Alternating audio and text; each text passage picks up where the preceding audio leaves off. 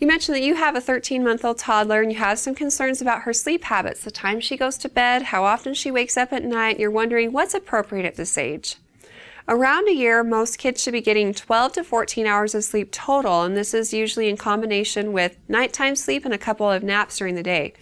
Usually there's a morning nap and an afternoon nap, but kids around 18 months or sometimes even younger decide to combine those naps into one longer nap instead of having two shorter ones. More importantly than the time your daughter's going to bed is the amount of overall time she's sleeping. So if she goes to bed at 10 at night and wakes up at 8 in the morning and takes a couple of naps during the day, then that would be totally fine. You mentioned that she's not napping, so if she were to go to bed at 10 and wake up at 10, like you said she does sometimes, that's 12 hours. And that can be enough sleep for her, so she may just take a few little cat naps during the day or not at all. So the most important thing to consider is the overall amount of sleep she's getting and how she's acting during the day. If she's happy, then it's not a problem. But if she's extra fussy and you think that it's due to the fact she's not sleeping enough, then there are some things you can do to encourage sleep and develop healthy sleep habits with her. The first thing you can do is set and stick to rules. At a year of age, kids do start to understand language. They also start to understand nonverbal cues like your facial expressions and simple commands like it's time for sleep, or even better, routines. Kids live and die by routines. So the best thing you can do is develop a nighttime routine that's going to get her in the mood for sleep. Something that's just natural and easy for the two of you to do together. Maybe this is a bath every night, maybe this is a story, maybe it's a song, whatever it is. Turn the lights low, get rid of distractions and noise. Go through your routine. It should take about 15 minutes or so, and then put her in her own bed. Turn around, walk out of the room, and she may not like it. She may cry, but at that point you have two options. The first is just letting her cry it out like you've mentioned, and it didn't work well before because it was hard. She'd just stand there and cry. That's actually okay as long as her crib is at the lowest setting. She's not trying to crawl out. She has no immediate needs. You're not putting her to bed until she's been fed, changed, loved. You've gone through your routine. It's okay to let her cry. And if you're persistent and consistent about this for 4 to 7 nights, she will learn that this is a new norm. And she'll start to self-soothe. She'll realize that when she cries, she doesn't get what she wants most, which is you.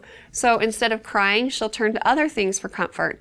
And it is okay to give her a blanket or a small stuffed animal at this point after she's had her first birthday to help her learn how to self-soothe and to gain comfort on her own. Something that's not related to you. If at any point while you're sleep training your daughter, you notice that she stands up in her crib and she's trying to climb out, then it's probably time for a toddler bed so that she doesn't climb out and hurt herself.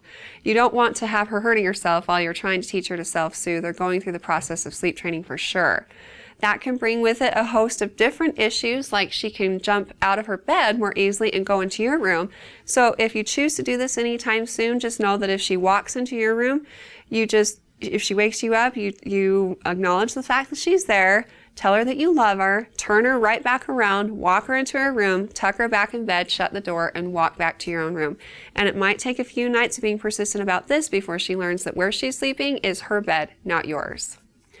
Your other option of crying it out still seems a little bit harsh is to try a more graduated approach, but nonetheless it is going to involve some crying. You're going to gradually or incrementally increase the amount of time you wait before you go in and check on her. So the first time she starts crying or after you've put her in bed and you turn around and walk out of the room, wait 5 or 10 minutes before you go back in.